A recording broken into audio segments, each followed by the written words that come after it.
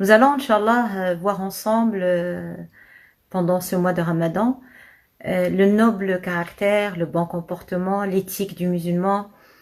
Enfin, j'essaye de traduire khuluqul muslim. Parce que le mot khuluq, en fait, il dit, ou il parle de l'état d'esprit de la personne, sa volonté ou sa prédisposition à être bon, à faire le bien, à être gentil, à être à l'écoute, à avoir les nobles caractères. Donc notre foi nous l'exige en fait. Et la personne qui a un bon comportement, une bonne éthique, c'est une preuve de sa foi, que sa foi est profonde. Et le contraire est valable, c'est que si une personne malheureusement n'arrive pas à acquérir et à avoir un bon comportement, c'est un signe de la faiblesse de sa foi et un problème de croyance qui est là, qui existe. En fait, la finalité de l'islam, c'est justement d'installer ce husn al-khuluq, ce bon comportement, ces nobles caractères et ces vertus. Notre maître bien-aimé Muhammad sallallahu alayhi wa sallam, il dit dans un hadith prophétique, Innama bu'ithtu li utammima makarim al-akhlaq. Innama bu'ithtu, certes, j'étais envoyé ou je n'étais envoyé que pour parachever le bon caractère ou les bonnes mœurs, sont traduits aussi pour parfaire le bon caractère. Donc, le prophète sallallahu alayhi wa sallam lui dit, c'est ça ma mission. Ma mission, c'est d'installer le bon comportement, de faire évoluer les âmes humaines pour qu'elles acquièrent un bon comportement. Donc, ceci est un but, c'est une finalité, c'est la finalité de l'islam. Et le bon comportement, il va s'appliquer, on va avoir un bon comportement avec Allah, subhanahu wa ta'ala, avec le Seigneur, un bon comportement avec soi, un bon comportement avec les autres, avec les semblables. Donc, ce bon comportement, c'est un but très noble. Pourquoi? Parce qu'il a des vertus, il a des résultats qui sont très élevés et très conséquents sur la personne elle-même et sur la société. Parmi les bienfaits du bon comportement, c'est qu'on va se sentir en paix dans une société, en sécurité. On ne craint pas que l'autre va me faire ceci ou va me faire cela. Non, se sentir en sécurité, se sentir en paix. Il y a encore le fait que on va développer ce sentiment d'amour, de fraternité, de solidarité avec les autres. Donc les bienfaits du bon comportement, j'ai dit, sont multiples. Il y a cette entraide qui va s'installer, cette sérénité, cette sécurité qui va s'installer. Il y a l'aisance, tout le monde va être à l'aise, c'est ce qui va pousser les gens à œuvrer davantage ensemble et à avancer ensemble. Donc le bon comportement, c'est un but que nous devons chercher à acquérir. Mais est-ce que il va s'acquérir comme ça, simplement, juste en disant ouais, nous devons avoir un bon comportement, ou en ordonnant aux jeunes, aux enfants, aux grands, voilà, il faut avoir ce bon comportement pour qu'on puisse l'avoir. Je ne crois pas. Je crois que le bon comportement, il faut beaucoup d'initiation, il faut un grand suivi pour pouvoir l'avoir. Et il faut avoir un modèle, un grand modèle qu'on va essayer de suivre ses pas et essayer de faire comme lui. En islam, nous avons le grand modèle, c'est notre maître bien-aimé, Mohammed sallallahu alayhi wa sallam. Et là, ça sera mon deuxième sujet, la semaine prochaine, si Dieu le veut. On étudiera le comportement de notre maître bien-aimé Mohammed sallallahu alayhi wa sallam pour le connaître davantage, pour suivre ses pas et son modèle. Alors, donc le bon comportement, comme j'ai dit, c'est un but de l'islam, c'est le but de la mission du prophète sallallahu alayhi wa sallam et la mission de tous les autres prophètes qui les ont précédés. Parce que lorsqu'il dit je suis venu pour parachever les bonnes mœurs, ça veut dire que ça a été initié déjà par les autres prophètes et lui il est venu pour continuer cette œuvre, pour la compléter, pour que on arrive à élever les âmes humaines. Parce que, en fait, pour garantir qu'une nation, qu'une communauté avance et se développe et s'améliore, il faut garantir les âmes des personnes. Il faut garantir les hommes, leur intérieur, pour qu'ils aient justement un bon comportement. Et là, nous avons un poète qui dit إنما الأمم الأخلاق ما بقيت فإذا donc qui dit les communautés sont basées sur le bon comportement, sur l'éthique noble. Si malheureusement ils perdent leur éthique, ils perdent le bon comportement, la communauté elle est vouée à la disparition, qu'elle va disparaître, qu'elle n'aura pas d'avenir. Donc ce bon comportement c'est une garantie pour un développement, une évolution et ainsi de suite. Regardez, donc j'ai dit que le bon comportement c'est avec Allah, c'est avec soi-même et avec les semblables, les êtres humains et même avec la nature et les animaux. Mais avant tout avec Allah. Qu'est-ce que ça veut dire avoir un bon comportement avec Allah? Se soumettre à ses ordres, c'est un bon comportement. Être reconnaissant de ce qu'Allah subhanahu wa ta'ala nous donne, nous octroie tous les jours, être reconnaissant des bienfaits d'Allah subhanahu wa ta'ala sur nous, c'est un bon comportement. L'adorer comme il le mérite, comme il nous l'a demandé, c'est un acte de reconnaissance, et donc c'est un acte de bon comportement, c'est un bon comportement avec Allah subhanahu wa ta'ala. Croire en sa grandeur, croire en sa miséricorde, croire en lui comme il se décrit lui-même, c'est un bon comportement que nous devons avoir avec Allah subhanahu wa ta'ala. Et Allah subhanahu wa ta'ala nous a créés pour cette raison, c'est de l'adorer comme il le mérite. Et c'est de chercher à le satisfaire, à lui plaire par tous les moyens. Donc se soumettre à lui, être reconnaissant. Lorsqu'on sait qu'Allah subhanahu wa ta'ala, il est là à chaque instant pour nous accueillir. Lorsqu'on sait qu'Allah subhanahu wa ta'ala, il est là pour accepter notre repentir. Il est là pour effacer nos péchés. Non, plus que ça. Il est là pour changer nos péchés en hasanat si on revient en sincère vers lui, si on se repent. Donc ce Seigneur si miséricordieux, si grand, mérite notre attention et mérite qu'on se soumette à lui et qu'on lui obéisse à ses ordres et qu'on essaye de se rapprocher de lui de plus en plus. Donc là, on voit que le bon comportement, il est partout, avec Allah, avec soi-même.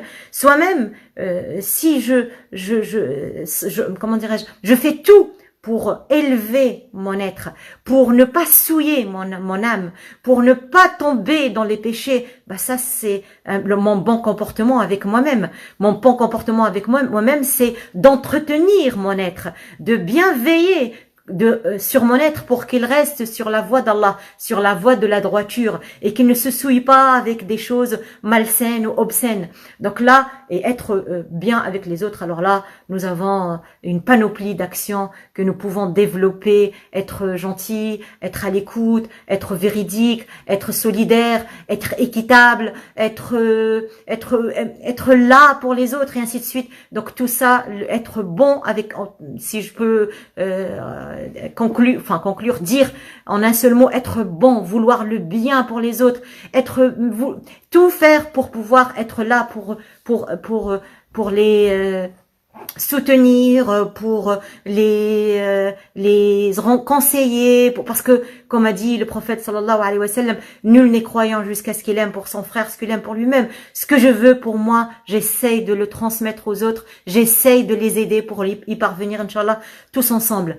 Donc nous voyons que le bon comportement, il touche à tout. Et pour dire que le bon comportement, c'est une finalité, regardons tous les actes d'adoration. Tous les actes d'adoration ont un but, c'est de parvenir à avoir un bon comportement, une noblesse dans le caractère, une éthique élevée. On prend quelques exemples, en prenant les 4 piliers pratiques de l'islam. Par exemple, la prière. La prière, c'est un acte que nous connaissons qui a une importance capitale en islam. Mais Allah subhanahu wa ta'ala dit dans le Saint-Coran que faites la prière va vous éloigner des turpitudes et du blâmable. Inna as-salata tanha 'anil fahsha'i wal munkar. Certes, la prière éloigne de la turpitude et du blâmable. Donc on voit quel est le cheminement. La prière, ce n'est pas en soi un but. Oui, c'est un acte d'adoration si élevé, si louable. C'est le premier qu'on sera questionné ou interrogé là-dessus le jour du jugement dernier. Mais il a une finalité, c'est qu'on s'élève. C'est qu'on se rapproche d'Allah subhanahu wa ta'ala. Parce que Allah subhanahu wa ta'ala aime les gens qui ont un bon comportement, qui ont une noblesse de caractère. Le jeûne, pareil, nous sommes en train de jeûner. Le jeûne n'est pas pour s'abstenir ou se priver plutôt de nourriture ou de boisson. Non, c'est pour s'entraîner, pour se purifier, pour s'élever, pour s'entraîner à se détacher de tous les vices, à s'éloigner de tous les désirs et plaisirs qui sont illicites. On parle pas du licite, qui sont illicites. On essaie de s'empêcher pendant ce mois, on s'empêche même des besoins pour s'entraîner, pour éduquer son âme à pouvoir résister devant ce qui est blâmable, ce qui est illicite. Donc c'est un entraînement. Et Allah subhanahu wa ta'ala, il dit qu'il a il nous a prescrit le jeûne comme il l'a prescrit pour les générations précédentes ou les autres communautés, afin qu'on atteigne la piété. Et la piété, c'est une forme d'élévation de l'âme et d'élévation dans la pratique. Donc, si on regarde la zakat, ce n'est pas uniquement prendre de l'argent de nos poches. Non, c'est justement être là pour déjà soi-même se purifier. Zakat, elle va nous purifier. Elle nous élève. Parce que lorsque tu es là, au secours de l'autre, tu es là pour ressentir le mal-être de l'autre, le besoin de l'autre, et que tu es là pour le soutenir, pour l'aider avec la zakat, et même avec les sadaqat, ça émane d'un sentiment noble et d'une noblesse du caractère. Donc là, on voit très bien comment Allah subhanahu wa ta'ala a donné ces actes d'adoration qui sont si grandes, qu'ils ont une importance inouïe, mais leur finalité, c'est de parfaire son bon comportement. Regardons le pèlerinage. Le pèlerinage, Allah subhanahu wa ta'ala, il nous dit que dans un verset dans Surat al-Baqarah, il dit que dans le sens, parce que c'est une traduction, faites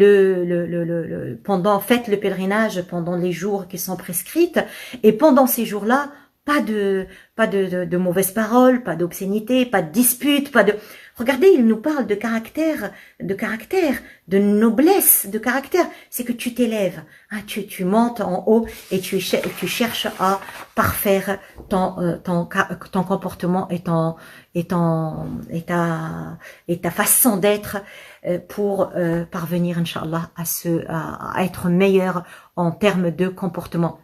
Le prophète sallallahu alayhi wa sallam nous a dit que inna ahabbakum ilayya wa aqrabakum minni fil akhirah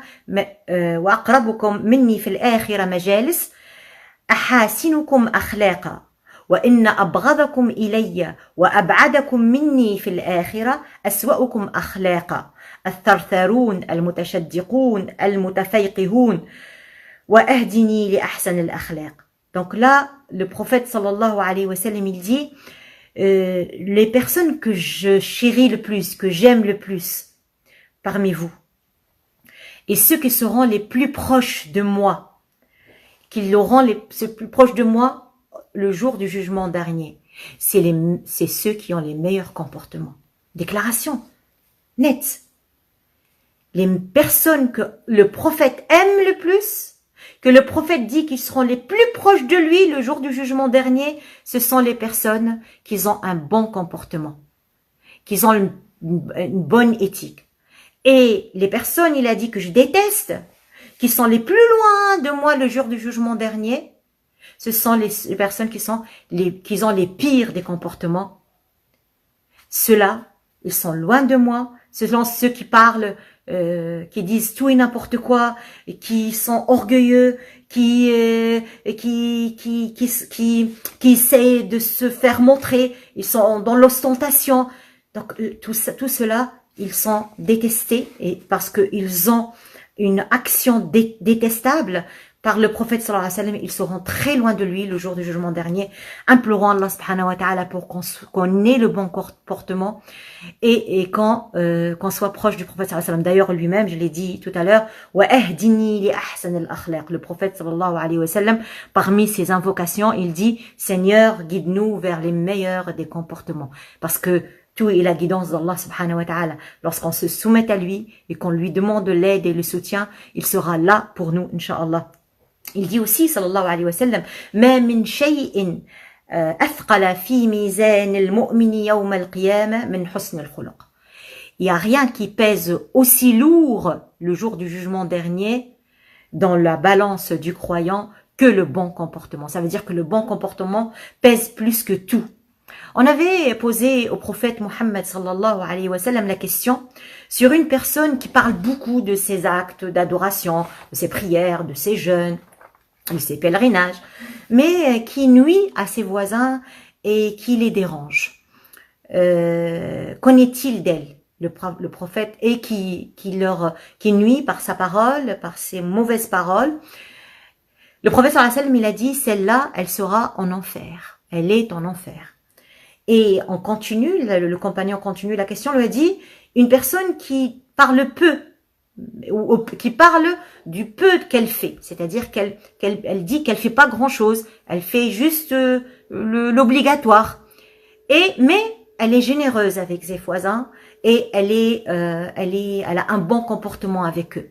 Qu'en est-il d'elle? Le prophète sallallahu alayhi wa sallam a répondu, celle-là est une femme du paradis. Donc on voit que la différence, parce que en fait la différence c'est le bon comportement. En fait on peut tous mettre en scène une pratique comme un enfant qui peut imiter les actes de la prière, mais c'est différent lorsque c'est vraiment vécu de l'intérieur, qui émane d'une foi profonde et qui émane d'une volonté de plaire à Dieu, qui nous demande d'avoir un bon comportement, d'être bon avec les autres, d'être gentil, d'être à l'écoute, d'être serviable, d'être équitable, d'être juste, donc tout ça. Lorsque tu as ça en toi, ta prière, elle est de toutes les façons, tous tes actes d'adoration sont influencés, sont touchés, sont imprégnés par ton état d'être qui est la noblesse du caractère.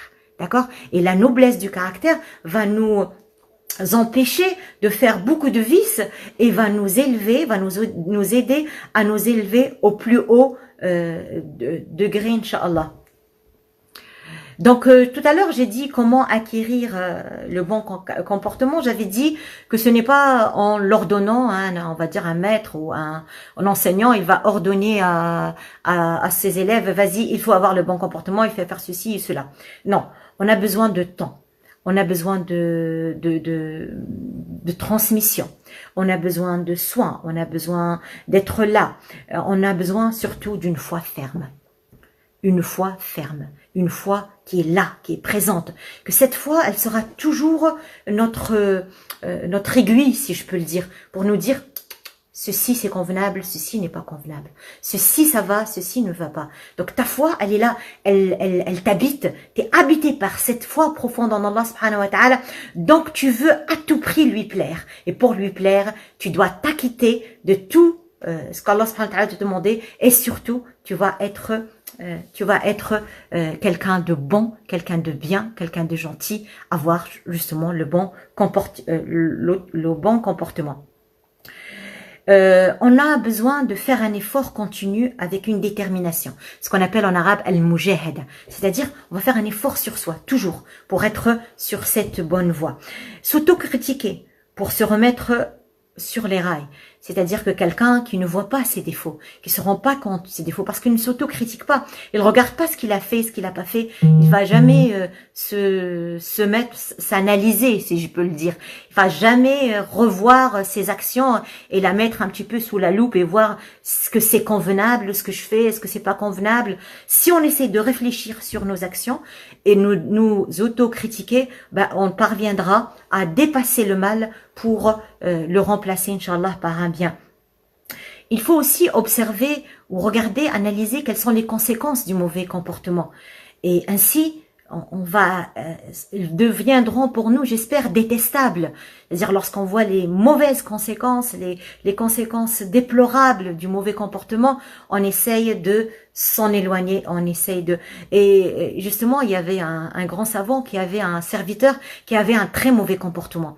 On lui demandait, mais pourquoi tu le gardes? Il a dit, pour observer le bon comportement. Il m'apprend le bon comportement. Ça veut dire quoi? C'est-à-dire qu'en voyant comment c'est détestable d'avoir un mauvais comportement, quelles sont les conséquences, comment c'est vraiment laid d'avoir un bon comportement, je me redresse et je garde le bon comportement ou j'adhère à un bon comportement et je le rends mien. Il devient comment dirais-je, ma façon d'être, c'est des vertus que je vais adopter, que je vais acquérir.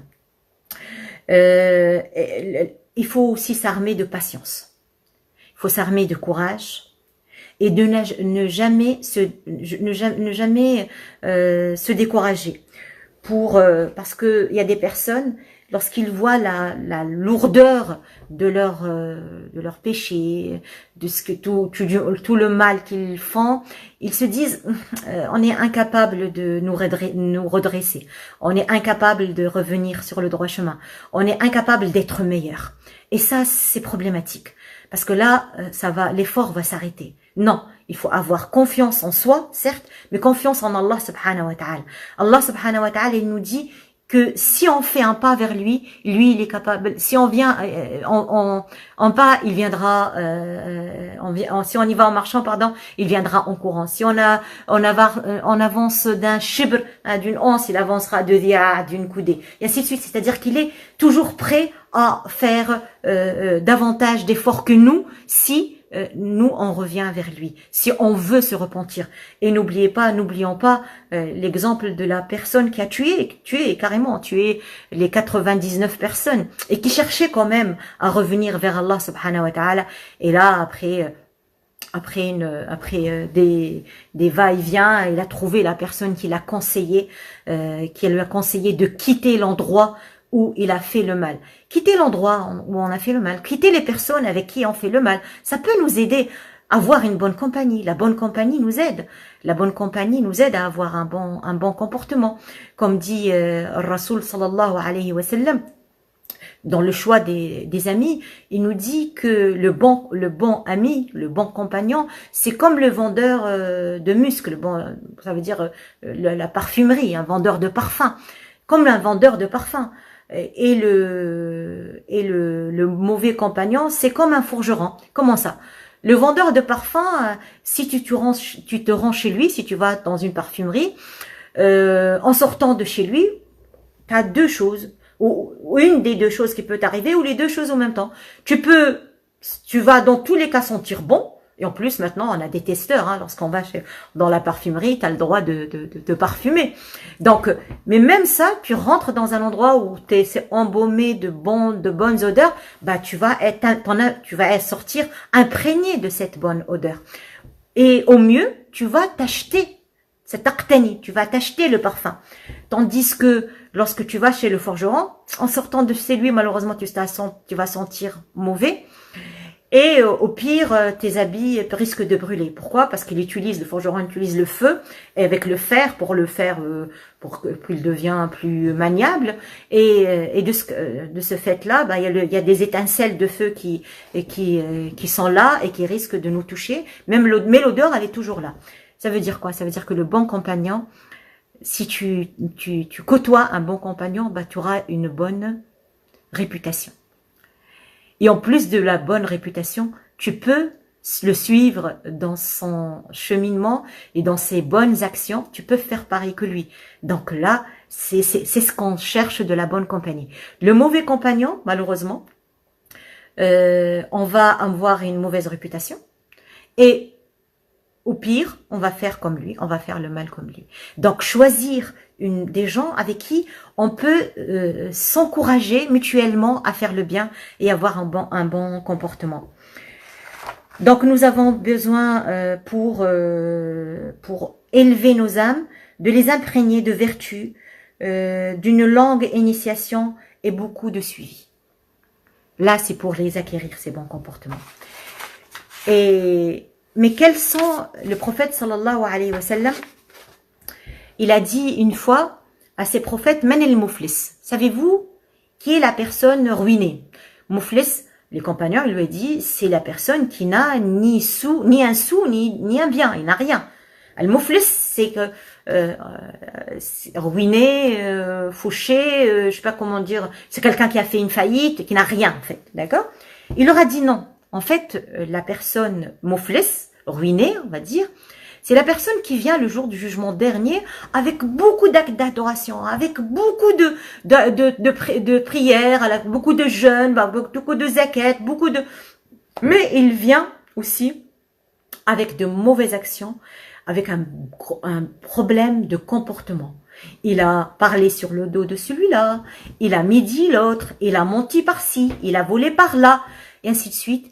Et le jour du jugement dernier, c'est le jour de l'équité, c'est le jour de la justice. C'est le jour où la justice est faite. Donc, il doit rembourser, si je peux dire, il doit endommager ou dédommager les personnes à qui il a causé du tort. Donc, il va commencer à leur donner de ses bienfaits, de ses bonnes actions. Il va le donner au premier, au deuxième, au troisième. Mais le problème, c'est que ces bonnes actions vont s'épuiser et il ne s'est pas acquitté de tout ce qu'il a fait. Donc, qu'est-ce qu'il va faire? Il va reprendre de leurs mauvaises actions. Mais tout ça, c'est à cause de quoi? À cause de son mauvais comportement. Donc, son mauvais comportement lui a causé sa ruine, l'a ruiné. D'accord? Donc là, attention, le prophète sallallahu alayhi wa sallam, il dit, selon Sayyida Aisha radiyallahu anha, que tu peux trouver des personnes muqtasid. Muqtasid, ça veut dire qu'il a adoré Allah, mais avec beaucoup de comptes, c'est-à-dire qu'il a fait des économies, enfin la traduction mot par mot. Il a fait des économies, comment ça? C'est-à-dire qu'il a fait les actes obligatoires, il n'a pas fait d'actes surrogatoires. D'accord? Il n'a pas fait plus. Il dit, le prophète sallallahu alayhi wa sallam, tu peux trouver des personnes qui, bien sûr, se sont acquittées de leurs actes obligatoires, mais qu'ils ont atteint le plus haut degré au paradis, et ils ont atteint le degré des personnes qui prient la nuit, qui jeûnent le jour, qui font tant de bonnes actions grâce à leur bon comportement. Le bon comportement est un garant du paradis. Bien sûr, lorsqu'il émane d'une volonté de plaire à Allah subhanahu wa ta'ala et de le satisfaire. Donc, ces personnes-là, les personnes qui ont un très bon comportement, qui respectent les gens, qui sont à l'écoute des gens, qui ne dérangent pas, qui ne nuisent pas les autres, qui ne parlent pas sur le dos des autres, qui sont véridiques, qui sont pardonneurs, et ainsi de suite, ceux-là ont le mérite d'atteindre les plus hauts degrés du paradis. Alors que ceux qui font beaucoup de bonnes actions, mais malheureusement, ils ont un mauvais comportement, ils seront ruinés pour rembourser, pour dédommager les personnes à qui ils ont fait du mal. Donc, on voit que le bon comportement, il nous guide vers le salut. Il nous guide et nous emmène vers le salut. Qu'Allah subhanahu wa ta'ala nous aide à y parvenir. Donc, Allah subhanahu wa ta'ala, il disait justement de notre maître bien-aimé Muhammad sallallahu alayhi wa sallam dans Surat Al-Qalam, wa innaka la'ala khuluqin azim. Et certes, t'es d'une moralité imminente. T'as un comportement, une moralité, une éthique très élevée. Alors, un exégète Ben Achour, il dit, cette moralité, c'est la religiosité, la connaissance des vérités, c'est l'indulgence, l'équité, la patience face à la difficulté, la gratitude, la modestie, la sobriété, la chasteté, l'absolution, la générosité, la pudeur, le courage, une apparence agréable, la miséricorde et le bon traitement d'autrui. Donc on voit là, Inch'Allah, qu'Allah subhanahu wa ta'ala nous aide à comprendre tout cela, que husnul khuluq, ça englobe tout ça, la religiosité, comme on a dit tout à l'heure, avoir une reconnaissance vis-à-vis d'Allah subhanahu wa ta'ala, se soumettre à sa volonté, se soumettre à lui, l'adorer comme il nous a demandé, c'est du bon comportement. La connaissance des vérités. On connaît qu'Allah subhanahu wa ta'ala, il est l'unique, il est donc et là c'est déjà avec Allah, mais dans la vérité, dans la réalité de notre vie. Lorsqu'il y a quelque chose qui est véridique, ben on est là pour le reconnaître. On va pas cacher les vérités pour faire plaisir à notre esprit ou à nos désirs ou à nos plaisirs, à nos tentations. L'indulgence, être indulgent, comme on veut qu'Allah subhanahu wa ta'ala soit indulgent avec nous, on doit être indulgent avec les autres. Toujours être équitable, être juste, ne pas être injuste ou ne pas être équitable pour une tentation personnelle, pour se faire plaisir dans tel ou tel ou pour gagner telle ou telle chose. Le musulman, le croyant doit être toujours indulgent, et toujours équitable et juste. Être patient face à la dureté de la vie, être patient et endurant pour qu'on puisse aboutir, Inch'Allah, et qu'on puisse arriver à une fin bien heureuse. Être généreux, être dans la pudeur, dans le courage, avoir une apparence agréable, être miséricordieux et avoir un bon traitement avec tout le monde. Donc là, le bon comportement, j'espère qu'on a compris que c'est un but, c'est une finalité de notre foi.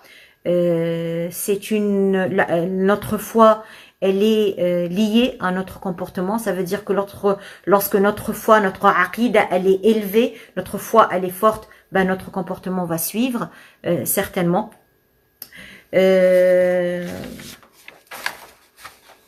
Donc, on va, lorsqu'on essaye d'acquérir, lorsqu'on acquiert un bon comportement, la société sera meilleure. La société sera meilleure et par cette gentillesse naturelle qu'on a, Allah subhanahu wa ta'ala, il dit وَلَا تَسْتَوِي الْحَسَنَ وَلَا السَّيِّئَةَ ادْفَعْ بِالَّتِي هِيَ أَحْسَنُ فَإِذَا الَّذِي بَيْنَكَ وَبَيْنَهُ عَدَاوَةٌ كَأَنَّهُ وَلِيٌّ حَمِيمٌ, qui veut dire le bienfait et la bonne action et la mauvaise ne sont pas équivalents. Vas-y avec la meilleure, essaie de pousser les choses, d'avancer les choses avec les meilleures de façon. Tu vas voir que la personne avec qui il y avait une aminosité, il y avait des problèmes, des conflits, devient un ami, mais plus qu'un ami, un ami intime. Donc tout ceci est le résultat d'un bon comportement. Donc le prophète sallallahu alayhi wa sallam, il a changé. Il a changé. Le comportement plutôt des Qurayshites a changé envers le prophète grâce à son bon comportement. Omar, il avait un problème avec une autre personne, un compagnon, ça a changé avec le bon comportement, et ainsi de suite. Donc le bon comportement, il est capable de changer les gens. Nous sommes en train de vivre le mois de Ramadan, et la première devise que nous devons lever, c'est le bon comportement. Ce n'est pas normal que des musulmans, des croyants, à qui Allah subhanahu wa ta'ala s'adresse à nous toujours en nous disant « Ô vous qui croyez » ou « Ô vous qui croyez » Ya ayyuhalladhina amanu. Et il nous appelle à faire les bonnes choses, les bonnes œuvres, le bon comportement, ainsi de suite. Donc nous devons faire attention à ne pas nuire aux autres, à être quelqu'un qui apporte le bien et non pas le mal. Allahumma ja'alna mafatiha lil khayr. Le prophète sallallahu alayhi wa sallam dit, Seigneur, fais en sorte qu'on soit des clés qui ouvrent les portes du bien et non pas des clés qui ouvrent les portes du mal. Au contraire, fais en sorte qu'on soit des personnes qui ferment les portes du mal. D'accord? Donc ce n'est pas normal que maintenant, bon c'est vrai que cette année on fait pas la prière de Tarawih, mais les années précédentes, des fois des voisins se plaignent du bruit que nous faisons, ou des voisins dans des quartiers où il y a les musulmans. C'est inadmissible parce que c'est incompatible que nous sommes en train de nuire les autres alors que nous devons être une source de bien, nous devons attirer le bien pour les autres. Nous devons être des gens qui sont là lorsqu'on nous voit, ça parle à l'autre de notre gentillesse, de notre loyauté, de notre véracité, de notre équité, de notre justice, de notre solidarité et soutien envers les autres.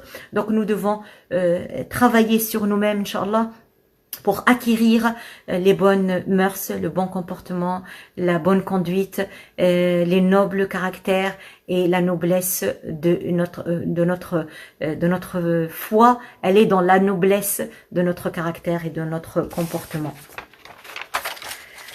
Inch'Allah qu'Allah subhanahu wa ta'ala nous aide et essayons de regarder dans l'histoire ce qui a fait rentrer les peuples dans l'islam et les grands peuples. Regardez par exemple dans le Moyen-Orient, en Indonésie, Malaisie, les Philippines, les musulmans sont partis là-bas pour commerce et grâce donc c'était des yéménites, ils sont partis et grâce à leur bon comportement, les gens ont adhéré à l'islam. Ce n'est pas grâce à leur grande éloquence, ni à leur prêche, ni par la force des armes. C'est par la bonté, la gentillesse, l'équité, la justice qu'ils ont aimé, qu'ils étaient attirés vers cette grande religion qu'est l'islam.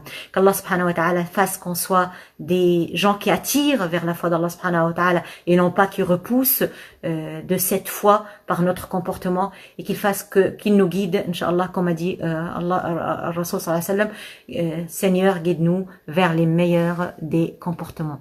Assalamu alaikum wa rahmatullahi ta'ala wa barakatuh. Si Dieu le veut, la prochaine fois, on va parler d'un modèle, le grand modèle, qui est notre maître Mohammed sallallahu alayhi wa sallam en termes de comportement. Assalamu alaikum wa rahmatullahi.